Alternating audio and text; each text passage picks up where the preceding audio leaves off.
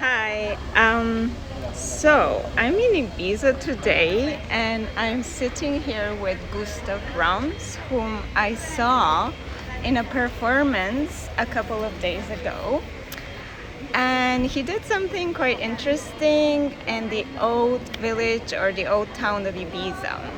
So, Gustaf Broms, you live in Sweden. I'm based in Sweden, yeah, I grew up there. And how did you get involved with performance art? I got, Way back. that's the way I think of it now. In retrospect, isn't it? When you do something, you don't define what you're doing, but when you look in the rear view mirror, Yeah. my background is in photography, so I was working with two dimensions, and at some stage it felt restricted being in a flat format. So I started to experiment with the work and work with objects and other materials. And after a few years working like that, it was still material art. I got really frustrated and I made a big bonfire. I was living in New York at the time, so it was 7 years of work that I burned on the Are you serious? winter solstice 1993. And in that moment, or after that experience, I realized the power of the action was much stronger than all the works that were in that pile. Oh my So god. that was the beginning, but then it took many twists and turns after that. But And what year was that? 93.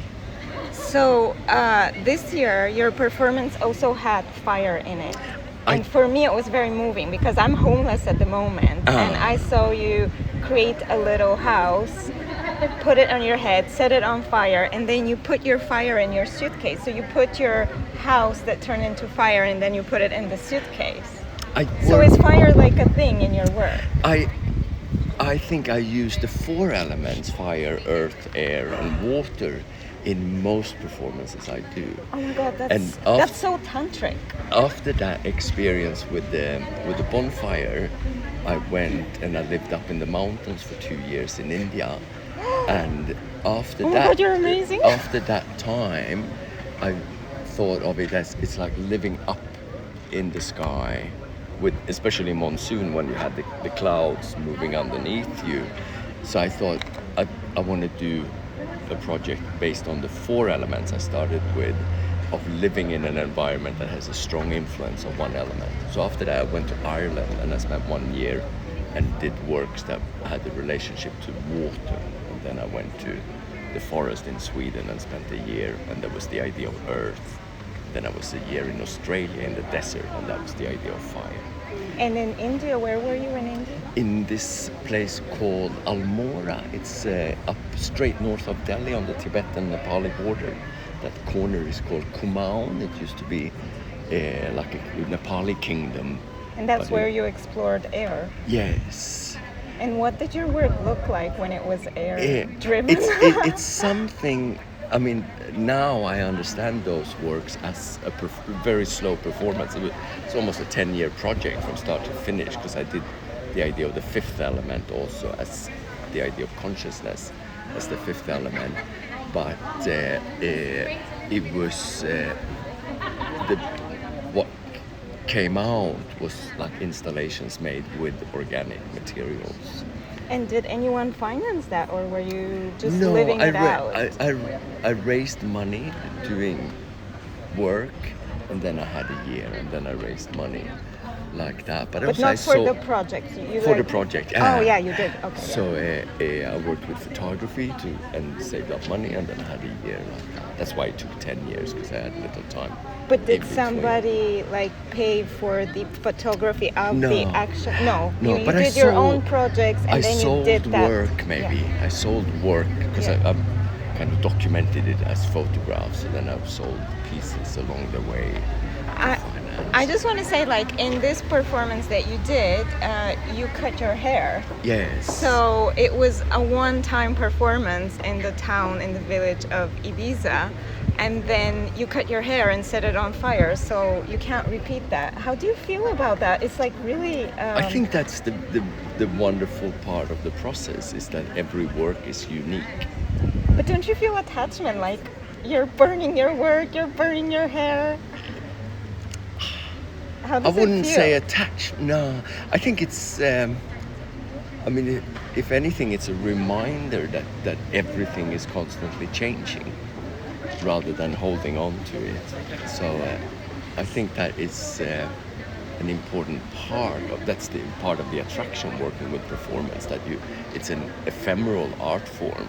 So I never thought of myself as working with performance, but I thought I'm interested in exploring the formless.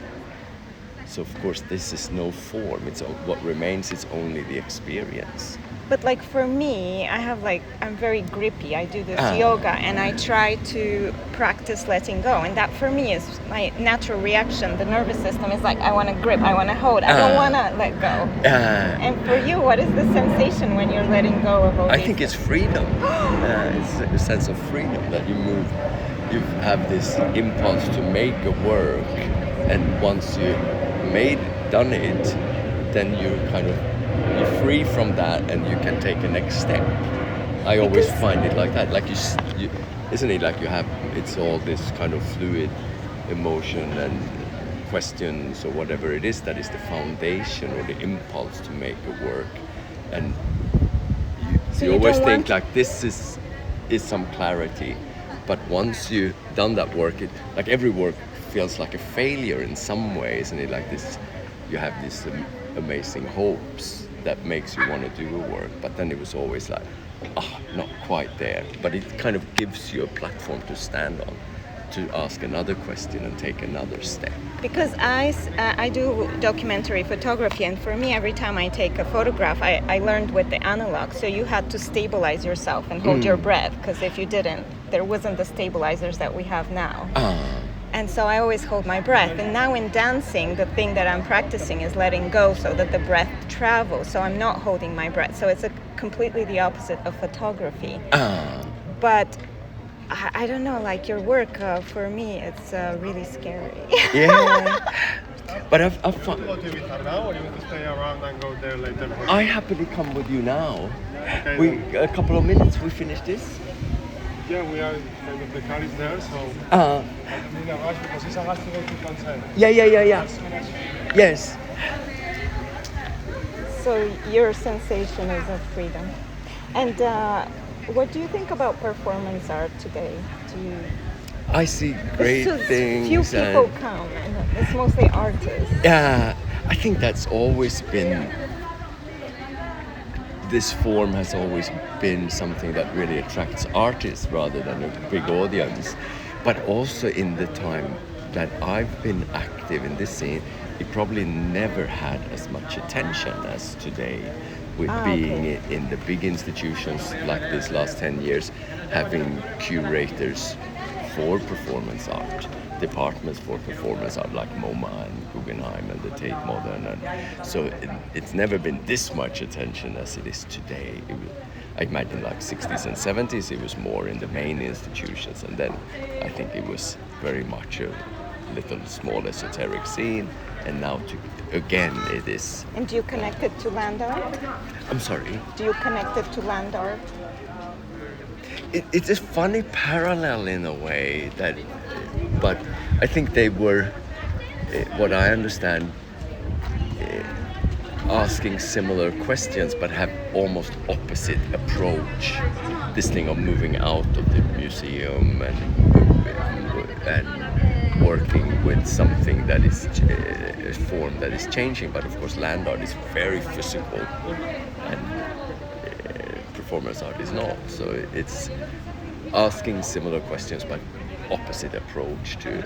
Well, it is similar because you work with site-specific environments. It's just that your body is. And there is not such a solid trail or track. What's the word? The traces of performance is kind of blow away in the wind. But of course, land art, they're still there today. These Smithson and Heiser and all of these people, right? Well, thank you so much. I really, really enjoyed your art. As I said, it reminded me of Wim van der Kibus because he has a performance, "Don't You Dare Touch My Precious Skin." But yours was a lot more moving for me, and now I understand that you work with the 4 elements, which is very tantric. Because do you relate to tantra? Or? I don't know much about Tantra, but I think any old philosophy used these as in symbolic language, isn't it? If it's back to Greek or Indian philosophy or Chinese philosophy. So the elements, I think, are still kind of interesting symbols to work with. That they are both, they contain opposites in a way, isn't it? Fire could be seen as kind of having a thought, or the electricity that moves us, or the heat that moves us, but it's also what destroys us. It's that kind of dualism that is interesting. Water can drown you and you die without it. So I think they all have that. So it's hard to move away from them, but I like to, I did many works where I've wanted to start from wholeness and then enter a world of opposites and then enter the world of the elements. So kind of start from wholeness and then find your way back to wholeness. So then the elements always seem like they're very valid to work with, like eternal ideas, I think. Okay, so they're part of you, or they become part they of are you, part of us. Yeah, they are part of the body, or if it's like a mind. And then you go back into them. So that was very present in your work, like you went back into the elements. Yeah, okay. Oh, great! Thank you very much.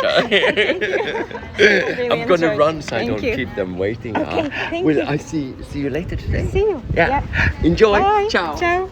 Oh my God, he's